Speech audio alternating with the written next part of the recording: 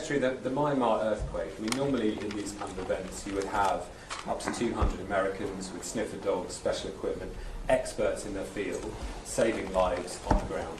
This has not happened because of the dismantling of US... Well, that and the fact that it's run by a military junta that doesn't like us. So it's hard for us to move around in that country. I'd say these events are always not political. They went into Syria, for example, in the Turkey-Syria earthquake. So they can accept... But we're not the government of the world. No, we'll provide humanitarian assistance, just like everybody else does, and we will do it the best we can. But we also have other needs we have to balance that against. We're not walking away from humanitarian assistance. But again, I go back to a lot of other rich countries in the world. They should all be pitching in. We're going to do our part. We already have people there. We'll have more people there. We'll help as much as we can. It's not the easiest place to work.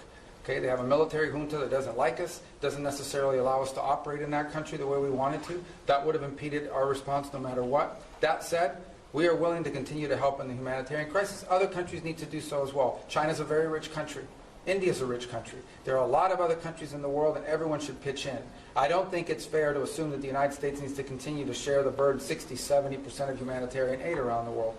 We will be in the business of humanitarian aid, but we have other priorities as well that are national interest priorities of the United States, and we're going to align all those to be properly balanced. Isn't it soft power? I mean, all of the experts in this have said the reason is not because of the politics of Myanmar, but it's because of the dismantling of USA. You simply couldn't deploy. Yeah, I don't listen to these so-called experts. Those are not real experts. These are so-called experts.